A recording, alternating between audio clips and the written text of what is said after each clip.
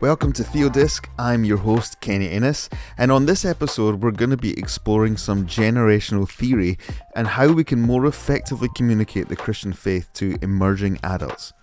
I've invited Dr. Ruth Perrin and Ed Earnshaw to speak into this issue.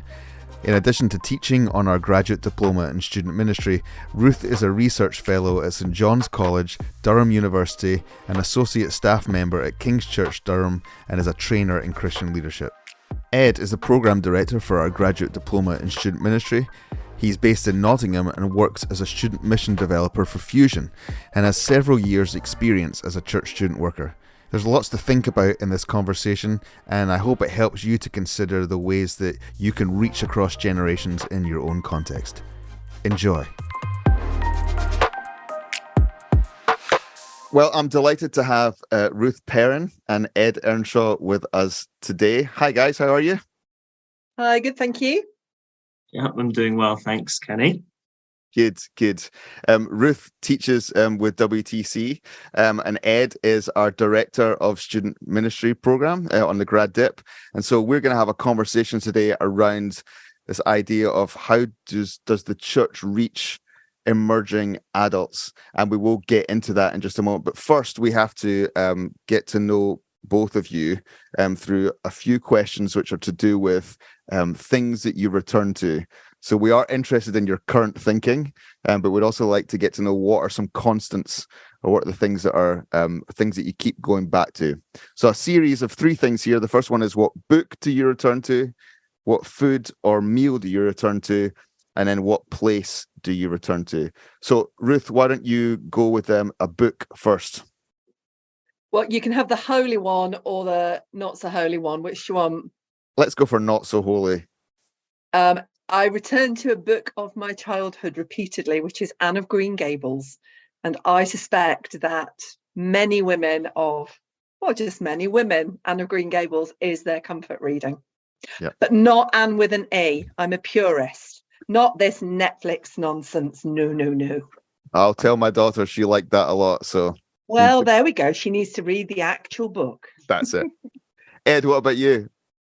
I was thinking about this. I think the book, at least in recent years, I've kept coming back to is Emotionally Healthy Leader by Pete Scazzero. So I don't know if that counts as a holy option, but yeah, it does. I found it. Ruth is saying it does. So I keep going back to that idea of our doing for God needs to flow from our being with God. I think that's sort of been a really helpful guiding principle for me. And are you emotionally healthy now? Oh, that's up for debate. So what about a food or a meal? For me, for me, I think it's so basic, and maybe it hasn't really changed from when I was a student, but I just don't think you can beat a good chili con carne. If I'm cooking something, that tends to be something that I will make, I reckon, at least once a month. I keep coming back to it. It's just good comfort food. All right. Ruth.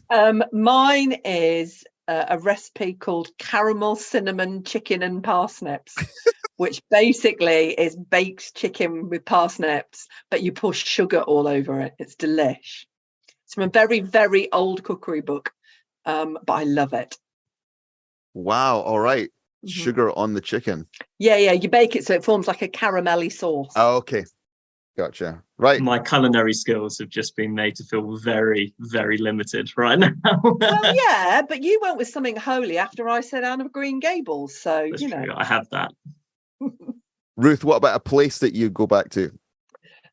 There is a beach in Northumberland called Druridge Bay, which is absolutely beautiful. It's miles and miles of golden sand, and it's empty, and Jesus hangs out there, I have found. And usually it's absolutely Baltic. So, but yes, if I need to find Jesus, Druridge Bay will be where I go. I think he goes there on holiday from Scotland. Do you think? Yeah, I think so. Ed? Yeah, I think, I don't know if I'm allowed 2 answers, but if I'm not going to the Peak District, I live in Nottingham, which is, it's just an hour away. In terms of a sense of adventure and going outdoors, going back to like certain places within the Peak District, like Thought Cloud or Mantor.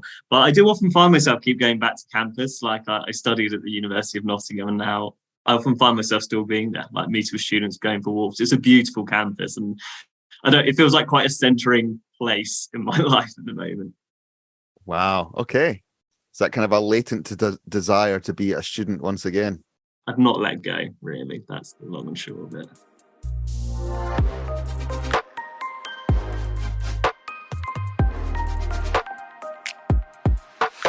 Well, that's a good segue into what we're going to talk about today, because we really want to get a little bit of insight, Ruth, from your research into emerging adults. And I know it's something that you're really passionate about. So maybe you could just fill us in on kind of what your research base is and how that's formed that interest in you about emerging adults. So I've been in student ministry or young adult ministry since 2000, so a really long time.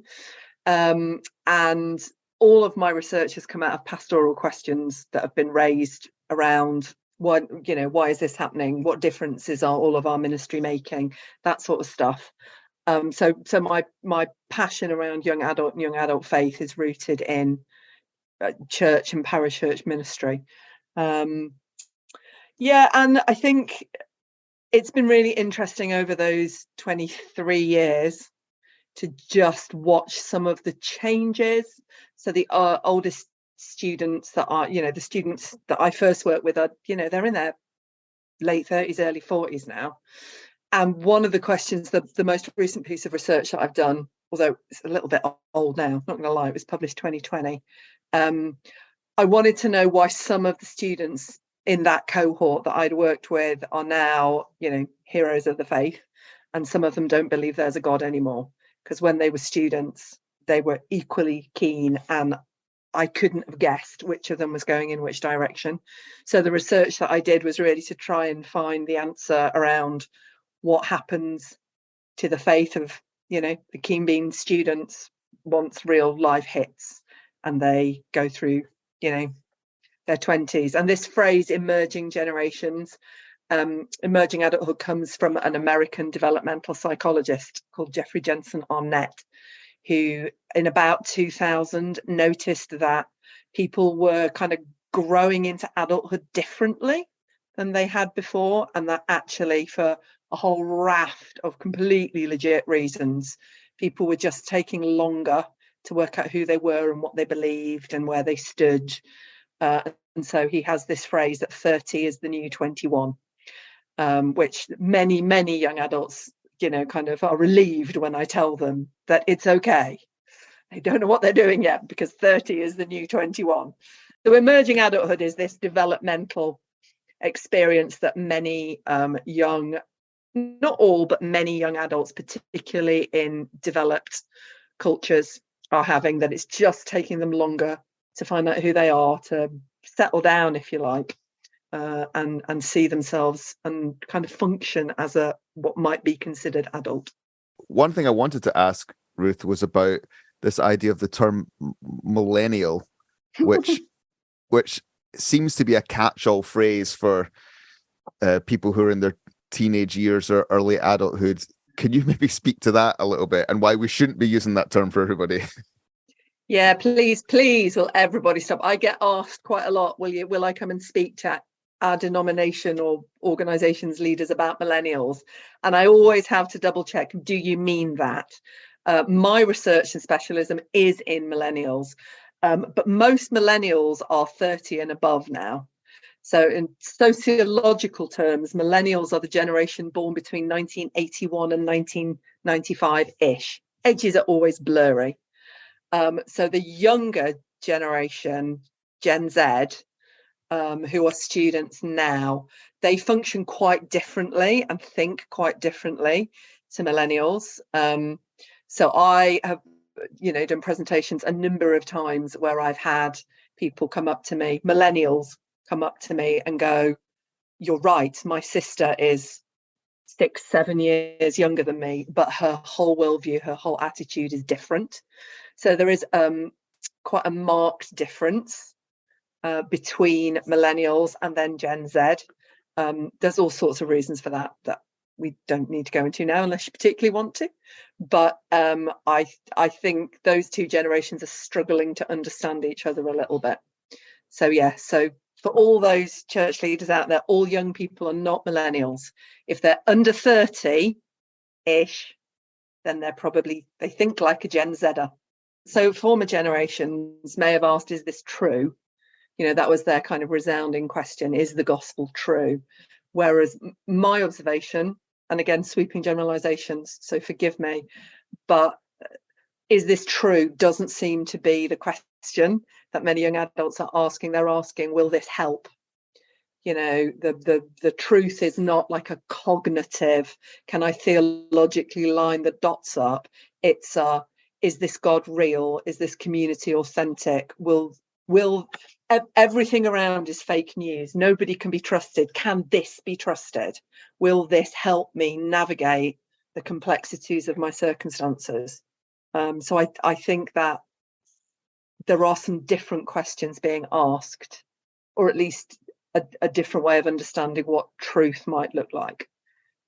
Does it help? Is it true in that way? And it is interesting that we're talking about that desire for authenticity, because there's a lot of stereotypes about emerging generations, that they lack ambition, that they're not committed to anything, that they're detached from reality by technology, and really that they kind of don't have the common sense of previous generations. What have you found in your experience is actually going on with emerging adults?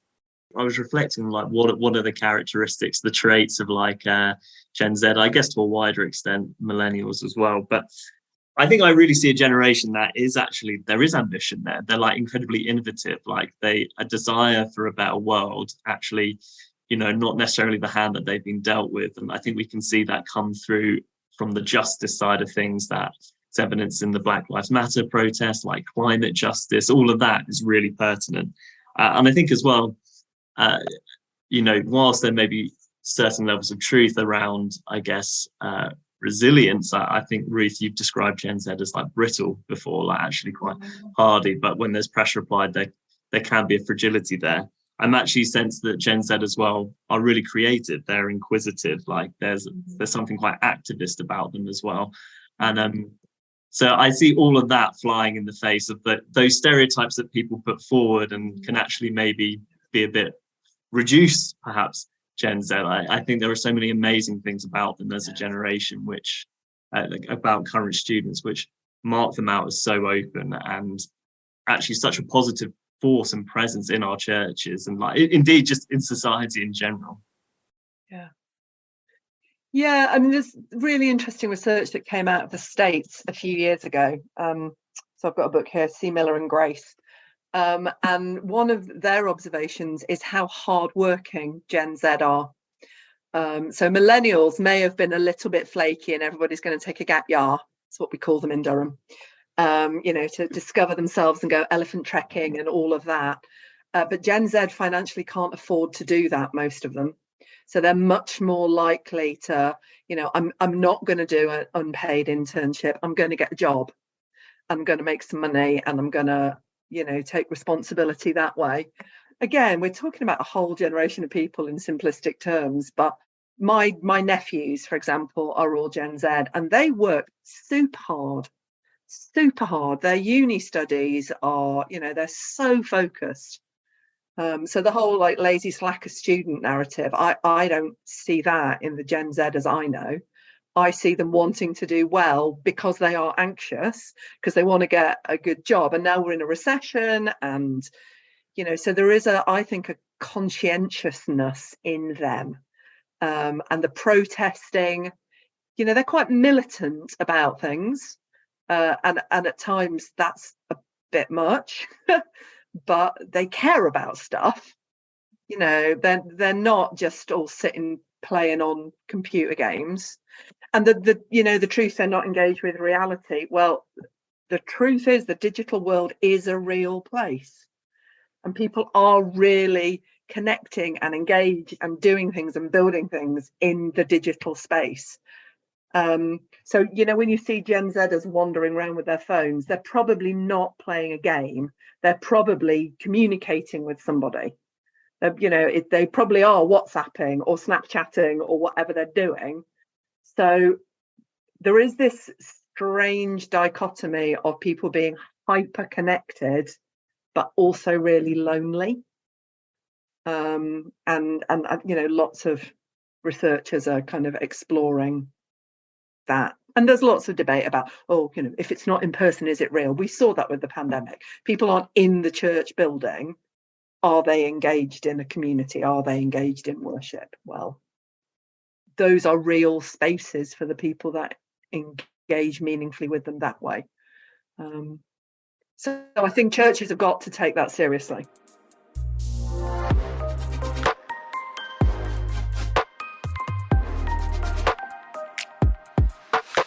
We've kind of touched it a little bit in what we've been talking about. Maybe we can move into speaking to what the kind of attitude amongst students at the moment is towards faith and spirituality, what the openness is to that, and maybe how the gospel can resonate with where they're at.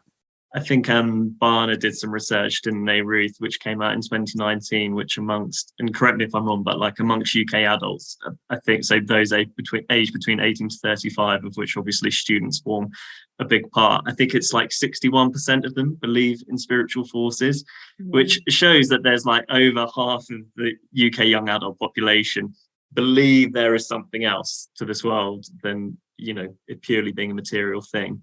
And then I think you also saw over lockdown, for instance, I think it was at Tearfund who did some research that like 1 in 3 young adults had watched like a religious service online during lockdown, which is a huge number of people. Now, not all of those people would have necessarily been church, but it is very interesting that there is an incredible openness amongst like students at the moment to faith. And Ruth, you can speak more into this, but I think would we use the term memoryless? Like actually people haven't necessarily been brought up going to church. So their understanding of what it is actually very different. And that's kind of feeding a desire to be like, well, is the church something that will help my wellness, that will help my well-being, help give me a sense of purpose and identity within this world? Yeah. Barna actually produced another report last year, 2022, about Gen Z in particular, and they christened them the open generation, because their findings were that actually, and it's a global picture, not just a British one, but just people are not carrying the same baggage, like you say, Ed, this memoryless thing. People that just don't know anything about Christianity. They don't know who Jesus is. Easter is about chocolate and bunnies. They've got no idea what the cross means. My youngest nephew, who's from a non-church background, can't tell me the Christmas story. He can't do it. He's 12 years old and he doesn't know it. And so I think, younger generations are not carrying the same baggage as perhaps those who are in church leadership, the boomers and the Gen Xers, those of us who are kind of 45, 50 plus. Our generations carried this residual memory of Christianity, for good or ill, and often it was ill. But the younger generations now, they literally ground zero, do not know what happens in that building, do not know what Christians believe. All they've got is what the press report or what their friends say. But the general sense, I think, coming out of research is that although lots of young adults have issues with the institution of the church, particularly around gender and sexuality and those sorts of things, in terms of individual Christians, they like their Christian friends, and so I think part of the task for us is to encourage Christians to be more upfront and more open and have more confidence that in a world where you do you is the narrative, it's legit for them to do faith and therefore be public and open about their faith. And actually people are not aggressively opposed to that. They may well be curious about that. We had a situation here a few weeks ago where one student brought 9 of their non-Christian friends to a church service. It wasn't a special service, it was just a normal service. They rocked up with 9 friends who were like, yeah, we'll come and check it out. I think it's interesting then to think about what the responsibility of churches is then in terms of what are we inviting people to.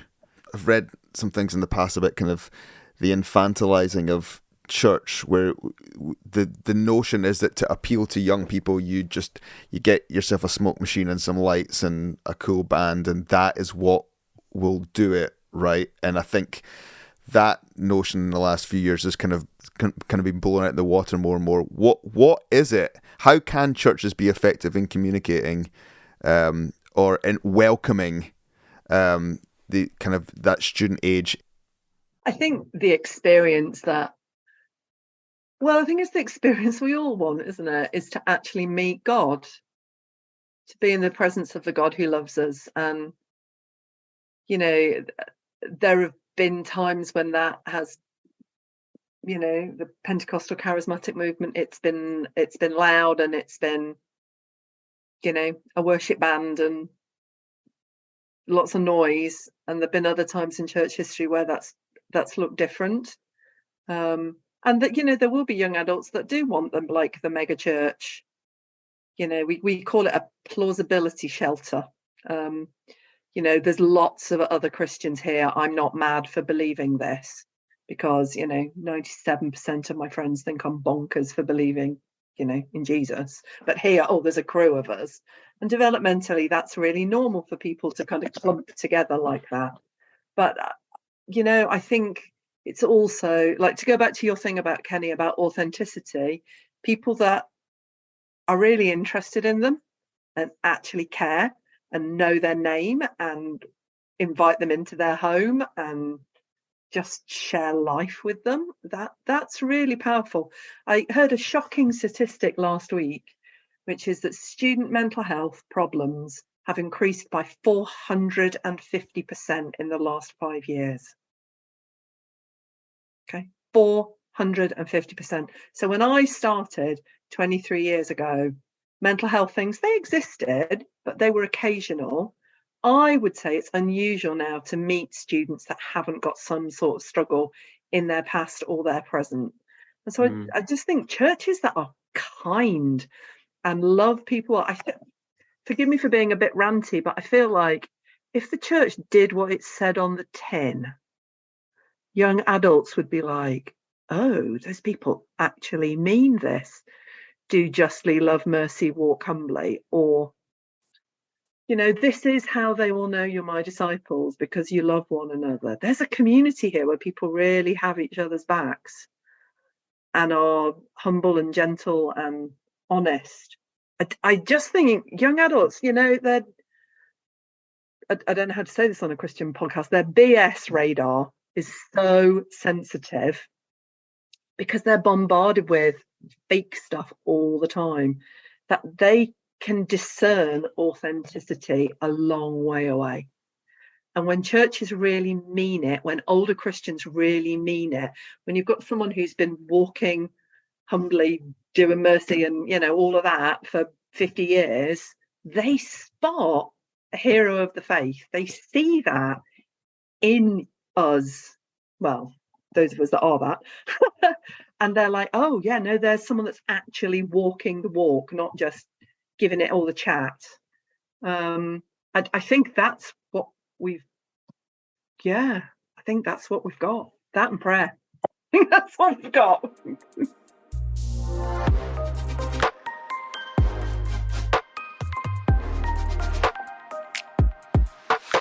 And I'm sure that there are those who feel a particular call towards being a touch point for those young people.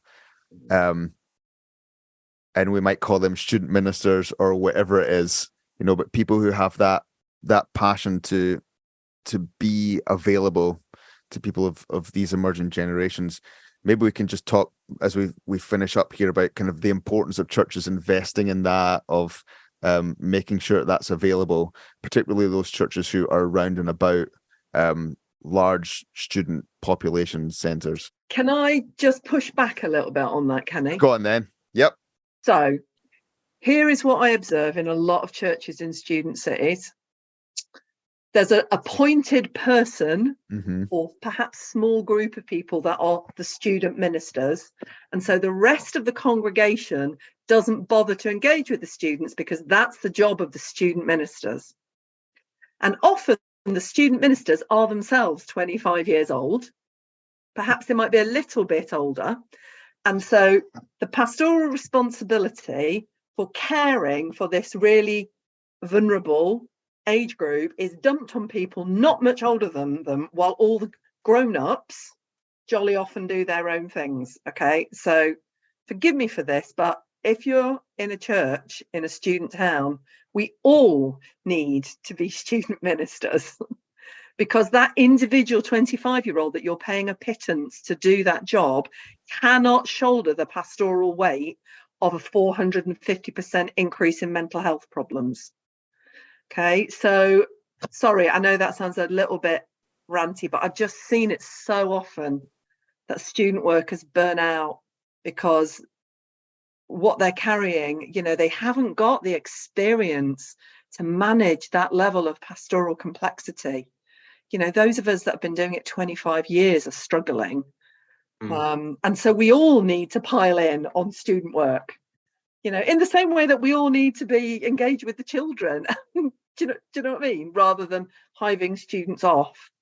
And so I think just go and have a conversation with a student, chat to them at the bus stop or, you know, in Tesco's. Or I think people can be really intimidated by young adults and assume that they're all going to be like, you know, aggressive. We hate grown-ups.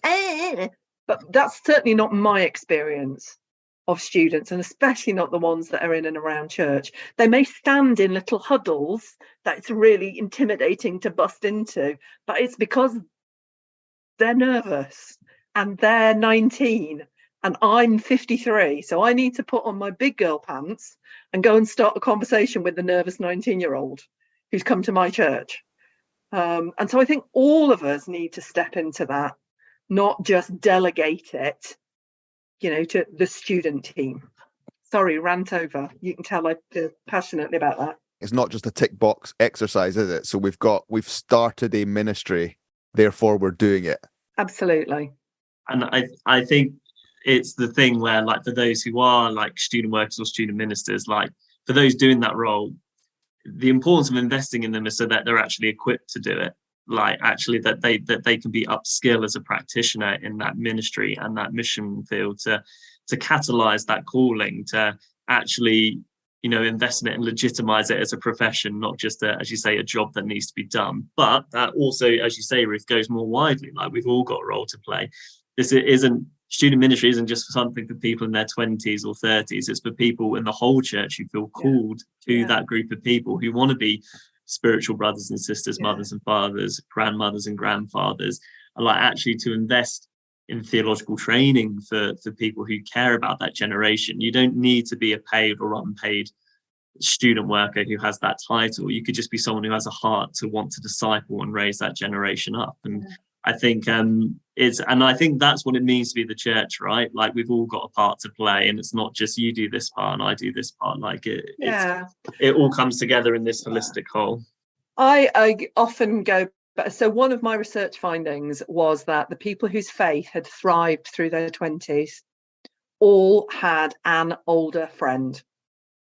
Okay, and that might be somebody that was 10 years older than them, or it might be somebody the age of their parents, but who had just faithfully journeyed with them through all the ups and downs and the bumps of trying to start a career and, you know, maybe get married or not get married and maybe be a parent or maybe buy a house, or maybe none of those things have happened. And that's been really hard. And just that adult friend was a real, like, that was a significant part in how their faith survived those ups and downs, because somebody that was older invested in them. And I often talk to people at churches about the need for cross-generational friendship. And it's not all one way. It's brilliant having a friend that can actually sort your computer out. Let's not lie about it. You know, we all need a Gen Zer in our life. But, you know, there's that beautiful story, isn't there, in the Gospels of Simeon and Anna, who, you know, in their dotage, you know, Anna's 80 odd, And this teenage girl, Mary, comes with her baby. So Mary's what, 15? And this woman in her 80s prophesies over this young mother, you know, and it's like her grandma. It's this beautiful moment of all these generations serving God and welcoming Jesus. And I just think we've hiding everybody, like the generation labels that we've been using even in this podcast. At one level they're really helpful, but at another level they silo people off from each other. And if people take one thing from this, can we just break the silos? Just invite somebody 10 years younger than you round for dinner, or to walk the dog with you, or just have arms that are open to people across the generations. I just think that's the body of Christ, isn't it? Yeah, when I was a student, I had friends who were married and had kids and who would just invite me into their homes. And I learned so much from just being around them and being accepted, as an individual. And still to this day, they're mentors in my life. And it all started at that stage, for me. And I bet you were a real blessing to them, because you were an extra pair of hands to wrangle the children while dinner got cleared up or whatever it was. Do you know what I mean? These things aren't all one way. Yep. Students have a contribution and a blessing to bring to those who are reaching out to them. You're right, Ruth. I was a blessing to them. Yeah. I'm sure you were.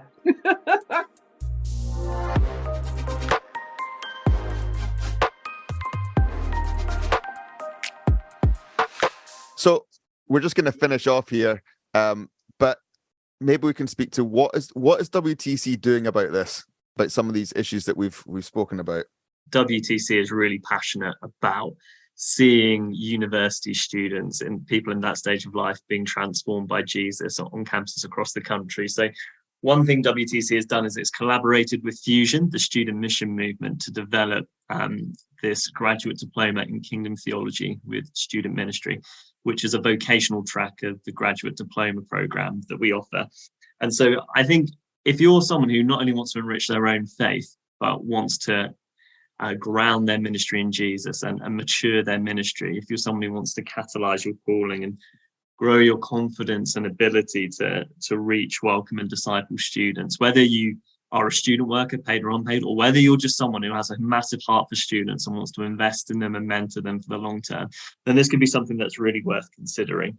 And it's well worth doing. I'm doing the course as well, and it has massively benefited my work with students. And Ruth is one of our lecturers. She delivers a module on church and student culture, and there are so many other amazing modules as well, from maturing a student ministry, form for mission, professional formation. And these things are really designed to legitimize student ministry as a thing, like legitimizing like outreach to students, and to be able to equip people to do that well, so that we can see this generation change, so we can see them raised up and released and thrive in their faith and in their workplaces as they journey through university into their 20s and beyond.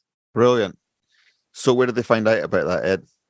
Well, if they want to find out about that, they can go to the WTC website, and they can go to the program section and find the bit that says student ministry, or they can get in contact with me.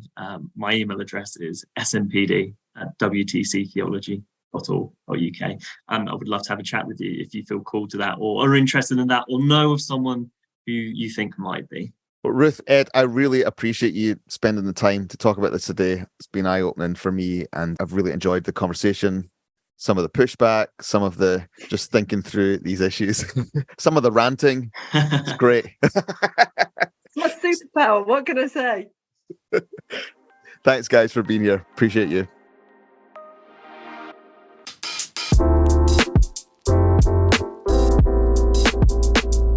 Well, thank you, Ruth and Ed, for some brilliant insights into the church's role and responsibility in reaching out to emerging adults and what makes a student ministry successful.